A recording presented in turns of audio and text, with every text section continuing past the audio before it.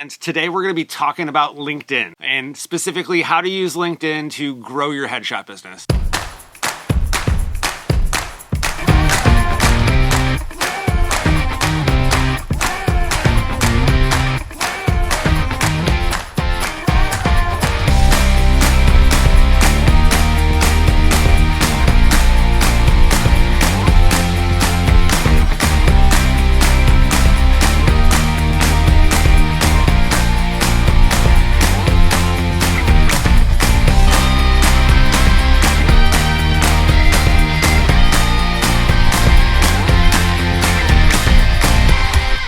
I chose Trevor to talk to because he is, for all intents and purposes, a LinkedIn expert. At least within our art community, I don't know anybody more connected on LinkedIn than Trevor Walker. Trevor, how are you doing today? Good, Mike. Good. Thanks for having me on. I appreciate it. Was that a fair introduction? Do you consider yourself a LinkedIn expert? I mean, you know what? So in my career before being a photographer, LinkedIn was an essential part of what I did. So I've been using it since its inception for many, many, many years. I don't think I think there's people that are probably better, but I do something that works very, very well for me in my business, and I see good results. So I'll say that. Okay. So I think that now's as good a time as any to introduce the audience to you and specifically to your background and what makes you credible here. So can you tell us a little bit about what you did before you were a photographer and how you got into photography? Yeah. Great question for sure. So before I was a photographer, I've been in like a sales capacity. So it was essentially a role as where I was developing business. So my goal used to be that you literally cold call and email people and you do whatever you can to get clientele. And then when LinkedIn came out, because this was all before LinkedIn, we saw that as a massive tool. And we ended up using LinkedIn to leverage the vast majority of our ability to effectively get clients and to get people that we wanted to work with. So that's where I built it up. I think now I'm currently around 15,000-ish, give or take, followers. And I keep trying to reduce the number, and then I kind of grow it in the right spots. LinkedIn's a great thing that if you really invest time into it, and I'm sure we'll get into this in more detail, it starts to pay itself off more. So you see a momentum happen where you have more people are adding you and more people because you're kind of somebody they want to talk to. So going back to what I was saying, I've been using it since day one as a sales tool, and I continue to use it and continue to try to follow how it changes. Very cool. I talk to photographers every day that are looking to grow their businesses, and one of the frequent questions I get is, what order do I do things in? Like, do I put my time in Facebook? Do I put my time in Instagram? Do I put my time in LinkedIn? And more, it seems like LinkedIn is a great place to spend time. And while I don't think that putting all of your eggs in one basket is ever a good idea, I think that LinkedIn is a solid place to put a handful of eggs these days. What do you think about that? Yeah, I totally agree. I think that my success that I've had in LinkedIn, it came a lot from engaging more than posting. So I was trying to look and see, my formula is like engage, post, grow. It's pretty simple. I like to do a lot of engagement. I like to create my own post that establish me as somebody, and then I grow my network by adding people. But the engagement's probably one of the biggest things that gives you a return. There's a lot of really competent people on LinkedIn that are having conversations that are about growing their business and marketing and how do they continue to spread their network. And these are people that are there for a very specific reason, is to grow their business or to grow their following. So I think it has a much more intellectual return than something like a Facebook, which has a different marketing style, or even like an Instagram, which has a different clientele. No, I absolutely dig that. I 100% agree with you. In Headshot Hot Sauce, one of the things that I catch myself, I've gotten into like watching replays of the shows we do. And one of the things I keep catching myself saying is it's 90-10. It's 90% participation and 10% content creation. Absolutely. And so that ties in well with your idea of engagement. What are some great ways to engage people on LinkedIn? So what I normally do is if you're going through your feed and you see someone posting a topic. So I will say there's things I avoid. I don't talk about politics ever. I don't talk about things that are about your opinion, because opinions are what get you in trouble. So I look at my feed and I'll say, what information's cool, specifically locally to my community. So if somebody's doing a charity, if they're doing an event and they're looking for people to help out or something, I'll just comment, and I'll comment things that I'm not saying, hey, look at me, I'm a photographer. I'm not trying to say, pay more attention to what I do. I'm literally just contributing. So if somebody's posting saying that they're looking for someone to help, I like to be active in that area. So I'll say, tell me a bit more about the help. Is there something? So I'll try to get information out of them that gets them talking more in the post and engaging more people. It's a win-win because I'm engaging with them with questions that they want answered, and they're able to give more answers that are going to give more clarity to other people that might be interested. So it's kind of like a really wholesome way of trying to engage in people that are in your community where everyone's getting a value out of it without selling. The key is you're not ever selling. I've never, ever made a post where, because I've seen people do this, where somebody will say, hey, if you ever need a photographer, let me know, like in the comments. And I'm like, you don't win people by pushing your agenda. You win clients by seeing that it's somebody that they want to know and trust, because that's going to make them like you and it's going to be easier to buy from you. No, I totally get it. What's a great way to find those groups, to find the people locally, to to find the conversations to participate in? Yeah, great question. So I have a goal. Every day I add 5 people to my LinkedIn. Every single day I add them, and people follow, but I want to add, because when you add someone, you're in their network, so they'll see you on a different level instead of just seeing. So I'll go through runs of adding certain people that are influential in the community that I'm in. So I might add a politician, like the mayor of my city, for example. I added treasurers. I even go so far. So going back to my old days, we used to do lots of research before we started selling. So sales is about being very process driven. What are you doing? Why are you doing it? What is the message you're trying to communicate? What's the result you're going to be looking for? So when I'm looking to add these people, I have that formulated. So I might say, today I'm going to be adding politicians, and I'll just go through and add a politician in every field that might make a difference in my community. Not to follow their political beliefs, but just because those are the most active members in society. Of course, I work with a lot of charities in my city, so I'll add them right away, absolutely. Because if it's a charity that you care about, which is the thing you need to really care about what you're doing, then you can engage them at a whole other level too. And if you've worked with them, then they'll engage you. And it all just shows that you're a very active member of the community without looking for something back. People inherently they know what we do. So if I say I'm a photographer, I'm a headshot and portrait photographer, very specifically. So, but I get people that will ask me, hey, do you shoot families? And that's from LinkedIn. And I'll reply back saying, I'm not the person, but you're going to want to talk to so-and-so. They're a good friend of mine, and they're a great local family photographer. But the key is, because they see me being in these posts, and they see me not asking for business, but actively being a part of the community, it gives them a level of trust. So I know I jumped topics there with what you were saying, but I think the two are interconnected. You have to add the people that are going to be influential in your community, which are typically anybody, politicians, or anybody that's part of a charity. And that's where the engagement starts. It's interesting. I've always avoided anything political in my work, to the point where, like, I usually turn down political gigs for that reason. Like, I don't want to put a picture of an alderman or a mayor on my website that might turn off other people, and I'm not politically charged enough to want to endorse anybody. So that's good to hear that, like, that's part of your plan, and it's not from an endorsement standpoint. It's just from a connection thing. You've benefited from those types of connections in the past?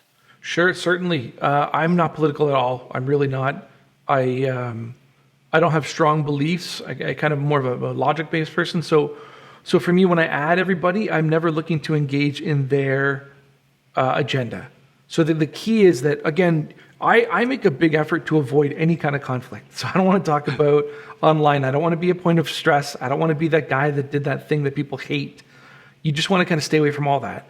So same thing with politicians. I don't add one party. I don't add one group. I just kind of add anybody who's doing things that are beneficial to my community. So it's really charity focused. That's one of many places. But when it's a politician or somebody, I'll only engage if it's something that's very charity focused, not if it's something that's a political agenda. And you can see too, if someone's doing something for kissing babies and shaking hands, that I'm not interested in being a part of. But if they're working with a charitable organization that they like, and that I also have a passion for, 100%, they're going to be the first ones to support you when you start posting with them. Cool. All right, so let's get back into how this all started. So you've got this background in recruiting, and you used LinkedIn as a tool to prospect on the finding individuals side or finding companies to represent side? Both. So as a recruiter, I would use it as a tool to find new clients on the regular.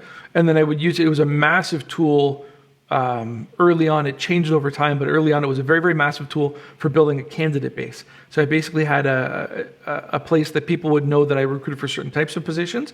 And then I had a following of people that were just waiting to find out that information from me. Okay, so you clearly had success there. What did you learn in doing that that kind of gave you a leg up on everybody from a photography perspective? Yeah. So that's a big one for sure. Because what I realized that people care more about people. So people's interests lie in their own benefit before your benefit. So what I mean by that is, without it sounding like people are horrible, people aren't horrible. But if I put a post saying me, people don't care. If I put a post saying at the time, I was able to really help one of my candidates find their dream job at this company, and now they're working there, and it makes me feel good. Then all of a sudden, people are very, very much more interested. So I took the premise of providing information and a benefit that is not about me, that's about the people that I work with. Or for, in that sense, and I applied it directly to photography. So my posts are never about myself. I don't post anything. I posted one about a change in our headshot crew that I was moved into a mentor position. That was the first thing I've done about myself in probably 7 years. But besides that, I'll post about the benefits of what I'm doing for my clientele. So for photography, for example, I would post saying that, here's somebody that needed a new headshot that showed that they were super confident in their new real estate position. And now she's using it on billboards. So, you post the visual reference in there as well too, but it wasn't about, look what I did for somebody. It's about, look what they got out of it. So then it puts you in a very, very different position where people can relate a lot more. They can't relate to me being a photographer, but they can relate to that brand new realtor who now has her face on a billboard in a picture she's super happy about. And so speaking to that transformation kind of indirectly sells you. Yeah, absolutely. Yeah, and the thing, I do another one where I post up testimonials. So if I have somebody that gives me a great testimonial, as long as it's not directly favoring me, I post it. So when someone says, I met with Trevor, I was super nervous, but it was fun in the end. I learned a bunch of things and I had some pictures I'm very proud of. I'll post that because it's about them again, not me. So then the person who's kind of scrolling through their LinkedIn feed, they see that and they're like, oh, wow, I hate being in front of the camera. And this person just said he solved that problem for them. Maybe he can solve it for me. So 100% what you're saying, they get the benefit out of it and I'm selling to them without asking for the sale. Cool. All right. So let's say that, because a lot of people that are going to watch this are going to run to LinkedIn and they're probably going to, optimize their account a little bit. And I definitely want to talk to you a little bit about that as well. Yep. But they're going to run to LinkedIn, they're going to optimize their account, and then they're going to want to start adding people. So you talked about, getting involved with charities that are active on LinkedIn. You talked about getting involved with politicians that are active on LinkedIn. Is there more to the strategy than that? Yeah, so the strategy of adding people, you mean? Yes. 100% there's a strategy to it. So my thing is when you add someone, so LinkedIn has a thing, if you add more than 3,000 people that say no, you get locked out. So it's a very dangerous position to be in. You don't want to be adding strangers. So what I say is that everybody, when they first start, a lot of people don't realize that they have a network. They have friends and they have family and they have people that are on LinkedIn. So I utilized that network first. So when I was growing in my new neighborhood, because I moved to a new city 2 years ago and started from scratch. And the first thing I would do is say, who's my first like lucky client? Or who's the first friend I had? And for me, it was in real estate.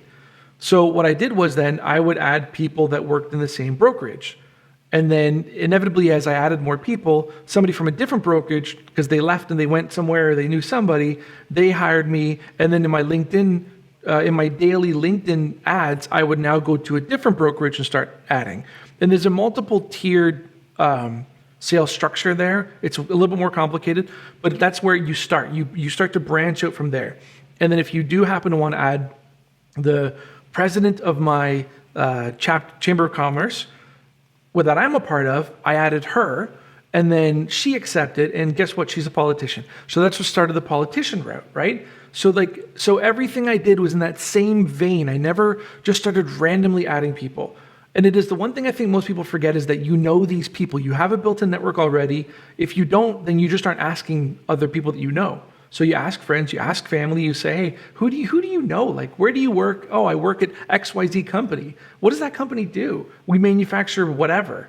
Oh, cool. Okay, let me just try to talk to some of your friends. And it's a great way to slowly kind of expand your network. And if you're consistent and you add 5 people a day, well, I add 5 people a day, 5 days a week. And if you do it very, very well, then most of them are going to start adding you back. And then when they add you back, all of their third level connections become, or all of their second level connections or first level become your second level connections. So it just means that you can expand and grow more and faster. So do you look to your second and third level connections as you're adding people? Like, do you use that as your kind of database to pull from? Yeah, another great question. I don't go to my thirds. So if it's second level connections, that means that these are first level connections to people that you know.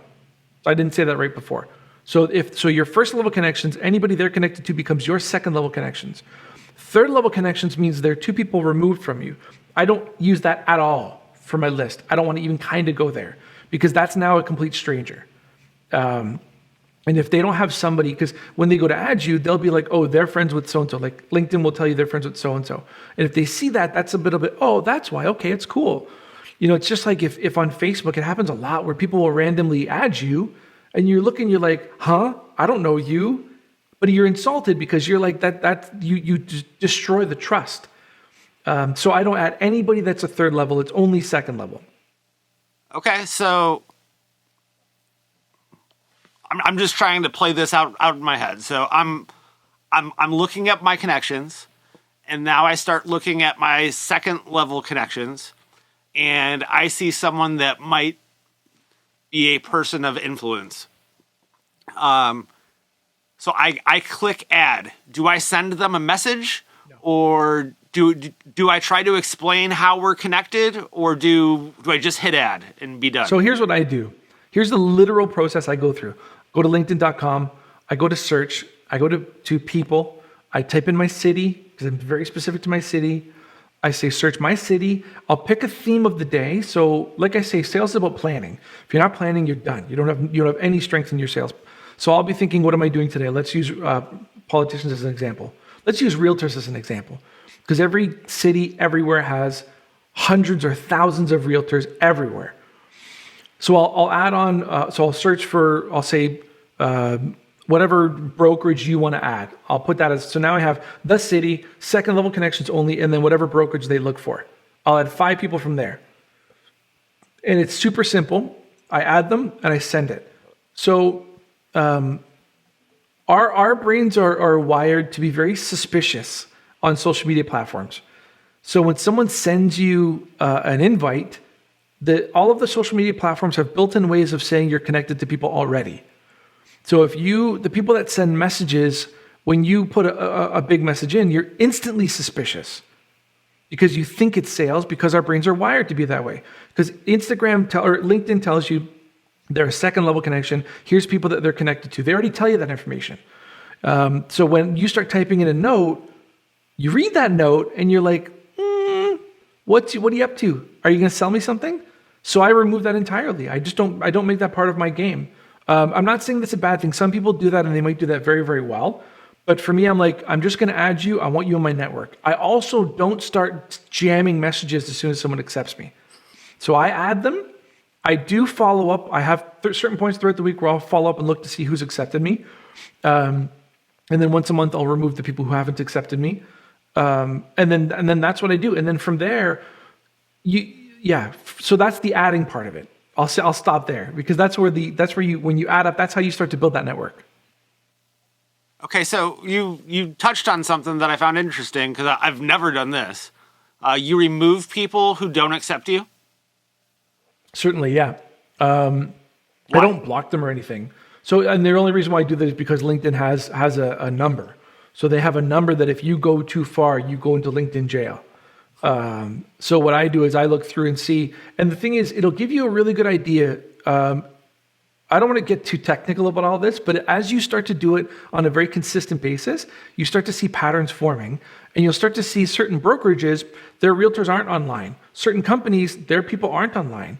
And then you kind of naturally go away from those companies. So here's one thing, for example, dentists aren't on LinkedIn. They don't go there. There's no benefit for them, so they don't even try to. But I still tried. And then when I noticed that dentists never accepted ads, they never responded. It's not that they said no, they just never responded ever. I realized that on LinkedIn, that's not the platform I want to use to try to attract that clientele. Interesting. I'm just going, as much as possible, I'm trying to think about things that I've done on LinkedIn and why I did them. So thinking to what you just said, the last time I went in and accepted LinkedIn requests was because somebody sent me a message. And this could just be the way that I have it configured, but LinkedIn is an app that lives on my phone, and I see that I've got 49 or 50 different things that I need to respond to in some capacity. And then, one day I get a message saying so-and-so messaged you on LinkedIn. I opened that up, and it was somebody that was very blunt, just saying, hey, I know you from this place. Can we please be friends? Something along those lines. And then that prompted me to go through and add the other 50 people that had requested. I should say 30 of the 50 people because the 20 retouchers I hit ignore on. But that's just the way that my process works. It's usually not until somebody sends me a message that I actually log into LinkedIn at all. So in this situation, you are not the target clientele for me. So the target clientele that we want on LinkedIn are people that go on regularly. They're people that utilize it on their own terms. So for me, my ideal clients from LinkedIn are small business owners, realtors. I get occasional politicians, but that's not the point of it. But it's people that actively utilize LinkedIn in their sales and networking. It doesn't work if you try to chase people who are passively on it. So I'll even go back to my recruiting days. I would always say that the best candidates never open LinkedIn. And the reason why they never open LinkedIn is because they're the best candidates. They're working a job that they're great at. So they don't need to go on LinkedIn ever. That's not what they do. Same thing here is that my clientele are the ones that are building their business. They are active. Maybe they're in a marketing capacity in a larger company, but they're people that are on a very, very regular basis. So that's all part of the strategy that you have to develop for LinkedIn. The person that goes on once in a blue moon and has to go through all of their backlogged ads, you're no good to me because you're also not spending an hour reading the feed. You're not at all. You might scroll for the first handful of messages, then you close that out because it's more of an annoyance to you. Does that make sense? No, 100%. No, and you explained it super well. So that said, do you do any snooping around before you add somebody? Like, do you see when the last time they posted was, or do you look and see what threads they've been active in, or do you use other groups you're in to do prospecting? So yes and no. I don't go in LinkedIn groups anymore. I feel like the LinkedIn groups are like Chamber of Commerce networking events. Everyone's there with an ulterior motive. So to get a great conversation happening is very tough. People are all like waiting for their turn to sell you something. Yeah, but in terms of like the key with what I do at least is about action more than analysis. So what I like to say is that if you'd need to do a level of due diligence that gives you a comfort zone without an answer. So for me, for example, if it's somebody that works for a brokerage, if I go back to realtors, I have one that's a very, very good client of mine, and I probably have shot half of their real estate agents in the past year. So it's a gigantic number. It's a great client. So I'll just add a bunch. I'll add a bunch, and everyone adds me back because they all know it. And if it's a new brokerage, I might poke around to see, how long have they been doing it for. Profile strength is probably one of the biggest things, which we should talk about, but because your profile strength is what really gives you the edge. Because what happens is when you add somebody, unless you're that person that does go in once every 3-4 months or once a week and add 50 back at one time, the person that adds 2 or 3 a week or 5 a week, they're the ones that will most likely click on your profile to see who the hell is this guy. People I know, who are you? So if your profile isn't built out well, then you lose them because that's your marketing platform. But yeah, so to answer your question, I'll do a little bit of due diligence if it's a new category that I haven't really done a lot of work in. But for the most part, I'll just take the chances and add people. And then afterwards, that's why I do the management afterwards of looking and see who hasn't accepted my ad. Is there trends happening and there's something I need to look for? The scary part with salespeople is that you can get analysis paralysis very quickly. So as soon as you start looking a little bit too much, all of a sudden you're like, shit, I've been doing this for 3 hours and I haven't added more than 2 people. That's fair. No, I respect that as well.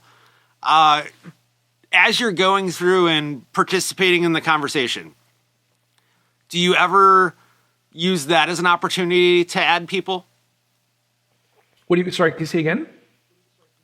So like you've jumped into a conversation that was already happening on LinkedIn. Do you ever go through the thread and say, okay, the people that are active in this thread are probably active on LinkedIn, and they're probably first connections of the person that posted it. It would be logical to assume that they're probably great people to go after. Yes, 150% yes. So when you see the level of engagement, there's a bit like, so if I comment on a post, my comments are never opinionated. Like I said, I never really go to believe, I do believe, but I'll say, I love this idea. That's fantastic. It's great for our community. Whoever likes that post, chances are they're just as active as I am.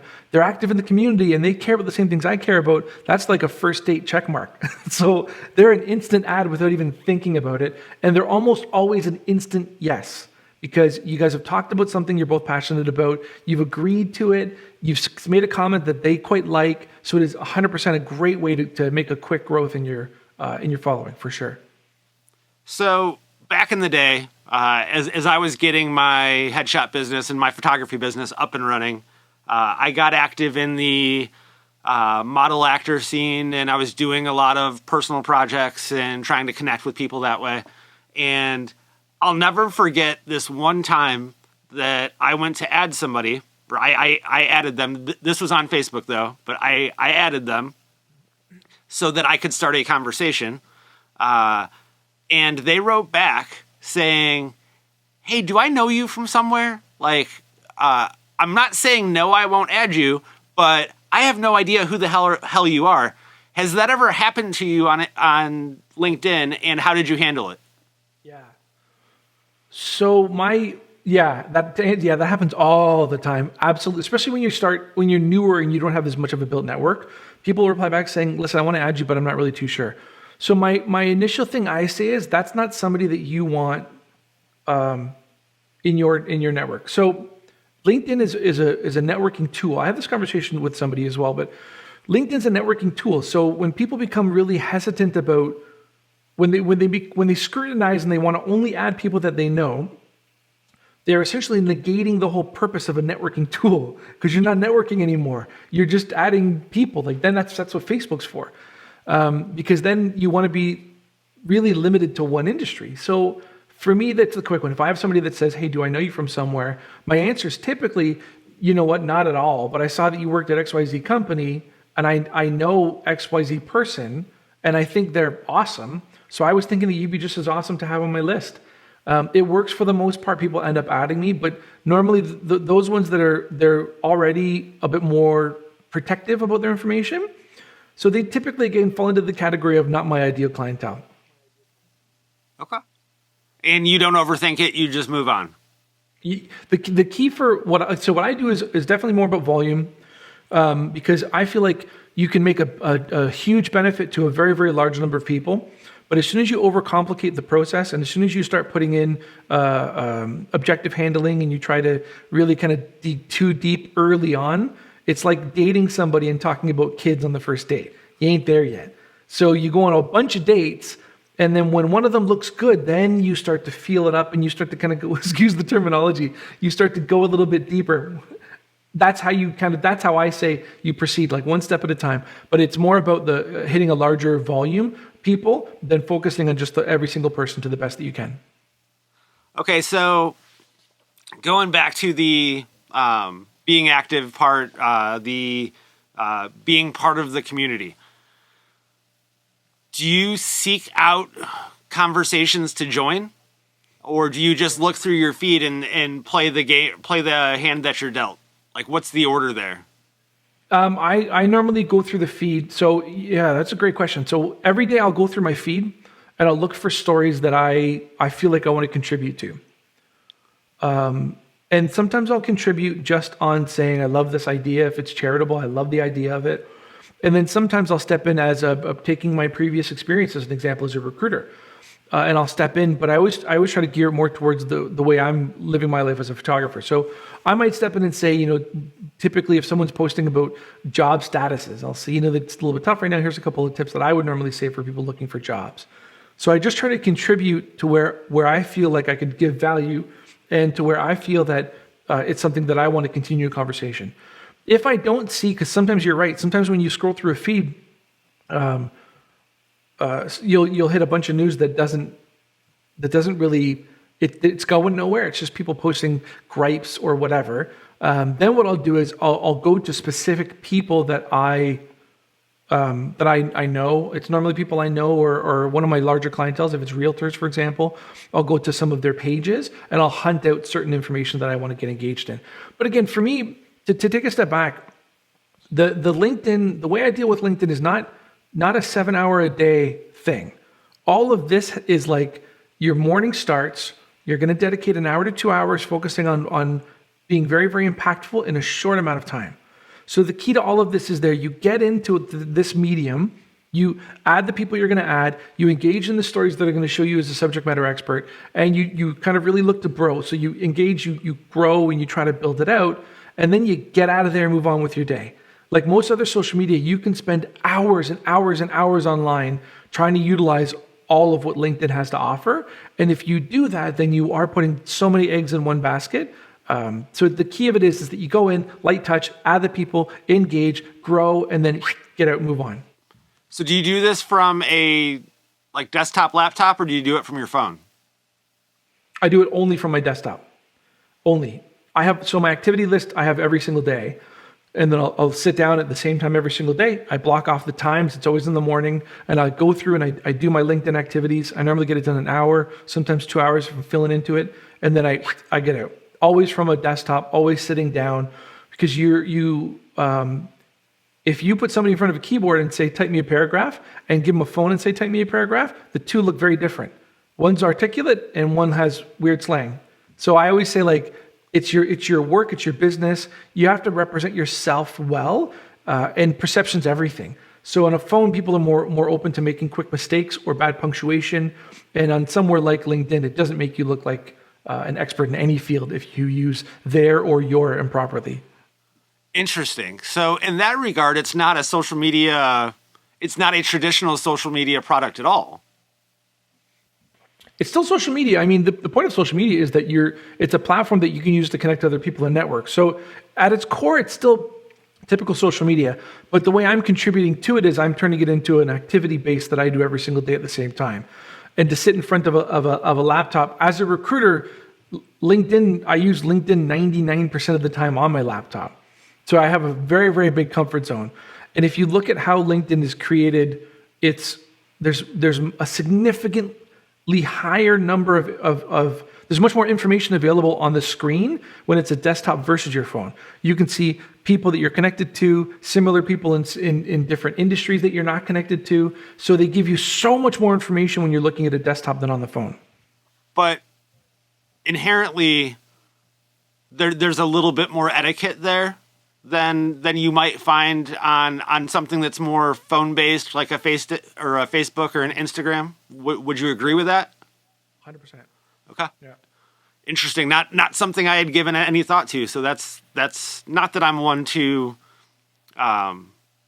use abbreviations and things like that, but there are certainly times where, especially in the Headshot Hot Sauce group, where I'm like, okay, this needs to be responded to right away. And then 15 minutes later, I'm reading through comments and I take the time to reread what I had written and I'm like, oh shit, there's like 10 autocorrect typos there. So no, the people a lot of people that will live on LinkedIn platforms, they are professionals. They're working professionals. So the bar's higher. Working professionals. No, I say like when I say working professionals, I mean like they are directors of companies. They are the leaders of people. They are, ideally our ideal clientele. So that the messaging has to be clean. And if you're on Facebook, it's friends. So I'm sloppy. I suck at typing and I'm very sloppy.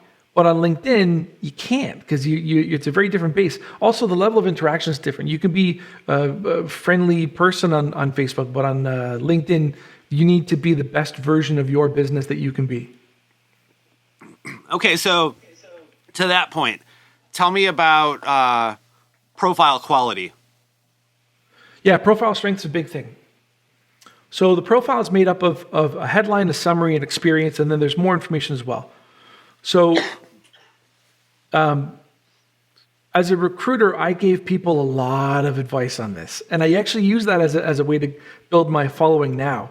Sometimes if I want some more attention brought my direction, I'll say, hey, I'm a former recruiter with almost 20 years experience. Send me your profiles. I'll tell you what's right. From a marketing perspective, here's how I do it. So the summary is absolutely super clear what you do. Don't be cute. Don't try to make a weird long sentence. Your headline, like the first line they see is your name and below it your headline. That headline has to be exactly what you do. For example, headshot photographer or headshot photographer. Okay. That's it. It's so simple because that's not the time to sell. And when someone doesn't see what you do, your brain will disengage. So as a recruiter, as an example, people would put something, they'll send me one of their profiles and they'll say, I work with large companies to ensure that and then LinkedIn goes ... So when you see it, you're like, I don't care because I'm not a large company. I don't care. And your brain says, I have better things to do with my time. So you move on. So you say headshot photographer. And then if people are adding you, it's crystal clear because as soon as someone says, one of these guys I had was, he's a tax specialist. He's a great guy. But his headline was, I make companies money. And we had a conversation because I said, I understand what you're trying to say, but it sounds like a trick. And again, you're hardwired. You're going to be like, I don't know. That's weird. So anyways, headline, super clear. Just say what you are and it's easy. The summary is where you put down very much my marketing life. So what I say is everything I do with my marketing, my whole messaging is driven around the story brand, which a lot of people are familiar with. So you talk about in the summary of your profile, what problems your clients are going to have, what's your unique solution to it, and what do their lives look like afterwards. In summary, a lot of people, including people looking for jobs, they'll post saying, I have done this, I like to be blah, blah, blah, blah. And if you were getting a captive audience that's looking for that, cool. But as a marketing perspective, if you say, helping clients stop being scared of being in front of a camera, or you come up with whatever you want to come up with. But if you can clearly say in your summary what that is, that's normally one of the first things people read. In order, people normally read your name, they look at your picture, they look at your headline, they look at your education, which is weird, and then they get to your summary. So the summary is your time to say, here's what I'm here to do. So you're looking at my profile and this is what it is. And then the final piece I talk about is the experience section. In the experience section, you always talk about what problems you solved in any job you've ever been in. So that's more of a recruiter talking, but even us as being people that we solve problems. Everybody in their businesses, they solve problems. So in the experience side of it, you talk clearly about the companies you worked for and what problems you solve for them. The more we can look like we solve problems, the more clients feel trust in our ability to solve their problems, and you start building up this inherent trust. Gotcha. So where do you see, I guess I'll start by saying that I think it's funny that you mentioned the dot part. Anyone watching this, if you constantly find yourself, whether it's LinkedIn or elsewhere, and your content is being truncated by dot, then you're doing it wrong. I see this on Instagram all the time. It's like people want to write paragraphs and nobody gives a fuck. Like people are doing this on Instagram and it's your job to stop them. Nobody is reading a paragraph on Instagram. I mean, maybe your mom is, and that's awesome.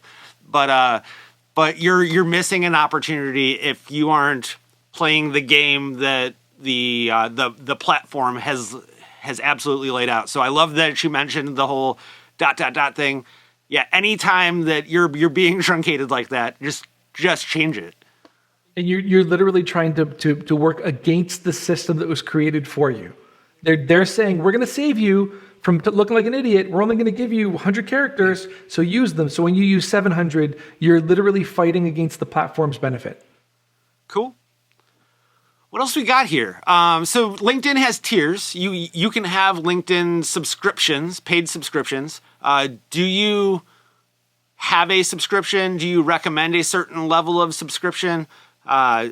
Is there anything you would recommend people stayed away from in the paid areas, paid tiers? Yeah, InMails. Don't do InMails anymore. It's a dead thing. So LinkedIn has InMails that you can pay for emailing people you don't know. And my belief is that you want to build an engagement. You want to build a group of people that see you as a subject matter expert and a problem solver. It doesn't matter what position you're in and what career you're in. If you're that person, people are going to gravitate towards you. So InMails are something I don't think is a good thing ever.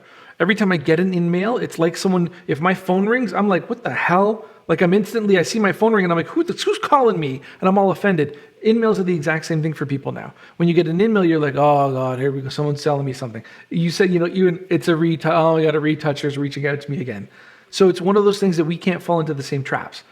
I happen to have a very, very, very old subscription to LinkedIn because I've been using it for so long. So, yeah, and what mine does is, and I think you could still buy it now, but I think I pay like $10 a month, and I've been paying that since 2012 when it came out, or earlier, I guess. It's way before that. Anyways, I pay for a subscription. So what I recommend is that, depends on how you want to use it. When you pay for one of the higher tiers, the biggest benefit is you can see who's looked at your profile. So as an information hoarder, I love the ability to see, when I add people, you can see who's looked at your profile. And if they still are number twos, that means they didn't add you. So it's really easy to go in and remove them. So I like it for that reason, but I also like it because it's a really low cost. I wouldn't take advantage of any of the paid benefits that enable you to reach out to people, because I feel like the platform has already grown past that. And if your network, it's better to work on growing your network, because that'll give you an inherent ability to reach out to your number ones, which is really what you want to do in the end. So let's talk about that value prop though. So $10 a month is what you're paying to be able to see who's looked at your profile. Are there any other features built into that, or is that all it's giving you? So with so I'm a LinkedIn Premium user. And I'm not that familiar with the newer tier, so I'm really not the person to answer I'm a all those LinkedIn questions, Premium user also. I pay $60 a month for what you're paying $10 a month for. So the question I want to answer for the audience is, as someone that uses this every day, would you pay $60 a month for what those features give you? So would I pay 100%? I would pay $100. I would pay $200. If you build up your sales structure, you build up your activity list, you make yourself accountable, and you do it on a regular basis, and you give yourself time, 100% it's worth it. I'll give you one little example. So when I travel, I try to use LinkedIn to book studio days for wherever I travel. And it's anywhere, because I have a network that happens to be global that works well in my favor. But almost every time I travel to any location at all, if I can find a studio, I can fill it up. So, and that's entirely exclusively through LinkedIn. When I travel, I don't use Instagram. I don't do Facebook ads. I've tried it all. None of them work. I strictly use LinkedIn, and I almost always fill up a studio day. And that's thousands of dollars. All right, hold on though, because I love that you just said I've tried it all. None of it works. I think that you just highlighted a very interesting point that I hope lots of people latch onto here. The game you play, the one you're most interested in, is the one that will work. Like you've invested the most time in LinkedIn. You understand it the best. It is of no surprise to me that that's where you found the most success. So for those following along, yes, Trevor, you said you'd pay up to $200 a month for this service. If you're going to do that, you need to use the service. You need to invest in it. You need to invest your time and become part of the community if you have any expectation of a payout. Right. Yeah. I mean, and the thing is, to even say Facebook ads, Google ads, all that stuff, I run campaigns for all of them, and they pay me back a lot of money. But in certain times, certain platforms are going to be a bit better if you've invested the time into it to hit goals that are in different areas. So in my day-to-day life, Facebook and Google are awesome, and SEO they make me a lot of money. But I've built up my Instagram or my LinkedIn following, I should say, so that when I travel, I can use it as a very, very viable tool to make me thousands of dollars. So it's one of many things that you need to have in place. But again, like anything, if you're not if you don't have the structure and the discipline to be feeding into it every day, because that's the biggest thing. Whenever I talk to people and I help to coach them on sales, that it's that they are looking for a smoking gun, and they're like, "Well, I put stuff on and it didn't get me any clients." I'm like, "Yeah, cool. You put a lot of time in over a longer period of time, and then you start seeing it. Like there's a momentum that has to be created, and if you're consistent." And if you're the same person and you don't try different things, you don't try to be really wonky and weird, you stick to the core fundamentals and you keep doing it, you will see that snowball effect happening. So I've had people that have booked me in studio, and then they show up and we shoot, and I'll say, "So how did you like hear about me?" And they'll say, "Oh, you were somebody on my LinkedIn. I didn't know who you were, but I remember you were on my LinkedIn and I saw your posts. And then when I needed a headshot, I knew who to call."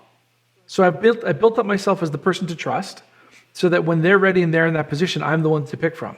She didn't even realize that I had added her. She had added me 2 years prior when I was a recruiter. So it wasn't even because I was a photographer. It's just because I was in her feed and I was a recruiter that talked to her times ago. So it's all part of the snowball effect that you have to push through to make it work, make sense. Well, and you just perfectly illustrated another hot sauce point.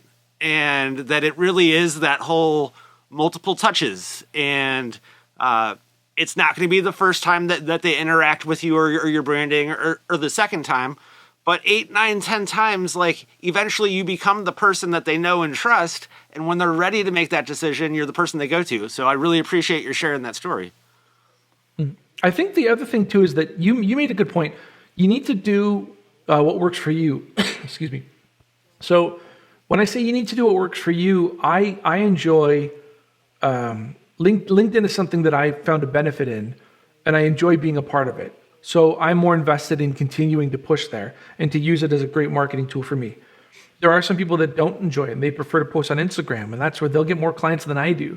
So I think there's a big part about like find something that you have an actual interest in. You know, so I as an example, I'm no good at TikTok. Here's a great example. I suck at TikTok, but I know other people who have a lot of success in it. So then I'm cool saying that's not my avenue. LinkedIn is my avenue, and I think that's a big point in making it work, because then you're invested in the platform and you really want to engage and that you really want to give back to it. That's when you start to see the results. Okay, so one last thing I want to talk about.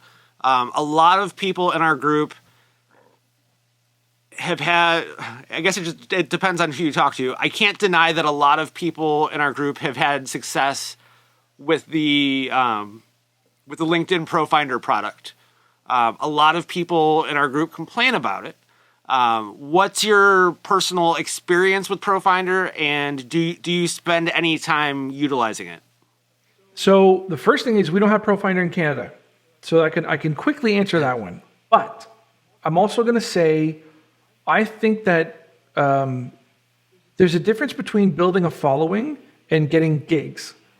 So I think that certain people, we know some people that have great success on it, but it's a very, very different game than the one I play, because you're never getting, it seems like the majority from what I understand is you're not getting great, well-paying gigs from clients that respect what you do.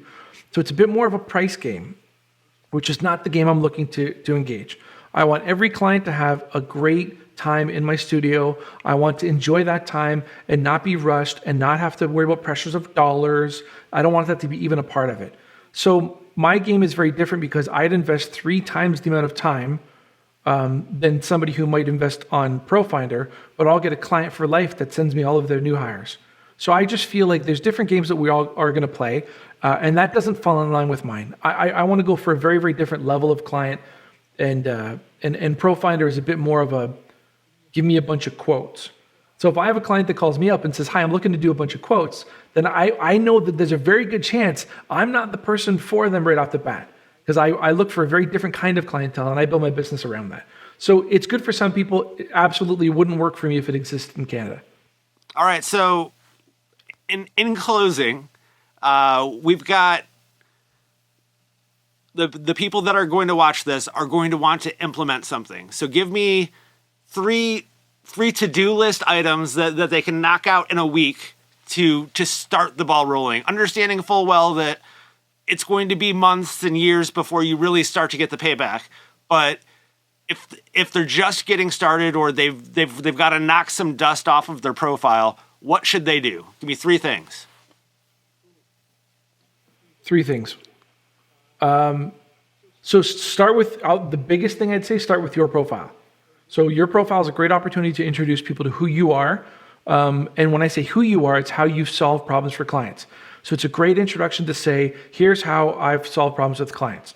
That's the first thing you work on is your profile. Get that headline, get that summary, get the experience level, get it nice and beefy. So when someone reads it, they understand what successes you've had in life and how you solve problems for other people.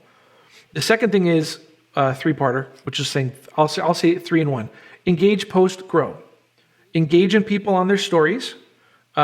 Post your relevant stories that show how you help other clients, and then grow your following every single day. I have a certain number I do. I like to add 5 people a day, every day. But set a number that you're going to do and be consistent about that. So engage, post, grow, and then strengthen your profile. I said 4 things.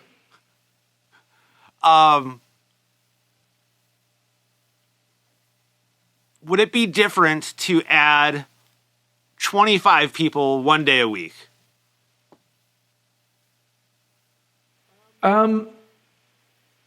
Yeah, so, okay, it's a good question. When I started off, my volume was a lot higher.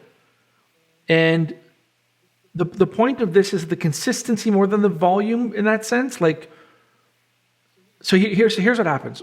A lot of people, when they're dying for business, they'll add 25 people a day, 5 days a week. And then you hate it because you're doing so much work and you're spending 3 hours, 4 hours a day. Then as soon as you get a half a week's full of clients, or you get 2 clients in a week, you stop everything because you feel like my work is paid off. Yeah, I'm good. And then 3.5 months later, when you're like, oh, I'm dead. Oh, why am I dead? Let me start over again. And like any sales process, there's a traction involved. So if I start doing work today, I'm not going to see something for months, like months. You might get lucky with your timing, but chances are you're not. So that's months. So if I stop, I might be great for 2-3 months after, but then I'm hitting a wall again. And if I start, it'll be 2-3 months before I start seeing a return on that investment. So what I say is that what can I do every single day? I can add 5 people, I can put up a post, and the posts aren't even daily. And I can engage people in what they do. And then when I do that, I can celebrate the success. Regardless if I have a win or not, I can say, yay, Trevor, you set a goal for yourself, you achieve that goal, celebrate that small success, and now you can move on to the next part of your marketing plan. So for me, that's a very, very big benefit. I'm huge on celebrating small successes because when you're growing that business, you don't have a lot of opportunities to high-five yourself. So my version of that is when I complete the activities I said I'm supposed to do every single day, I can high-five myself and move on to the next. I can't think of a better way to to end this episode than with that. So on that note, Trevor, thanks so much for sharing your knowledge. I greatly appreciate it. If our people want to follow you, where do they go? You can follow me on LinkedIn, obviously. Just look up Trevor Walker Photography. I'm always there. You can also go on my website, which is trevorwalkerphotography.com. All my socials are at the bottom in the footer, so you can add me on any one of them. Well, thanks again, sir. It was great talking to you. Thank you, Mike. I appreciate it.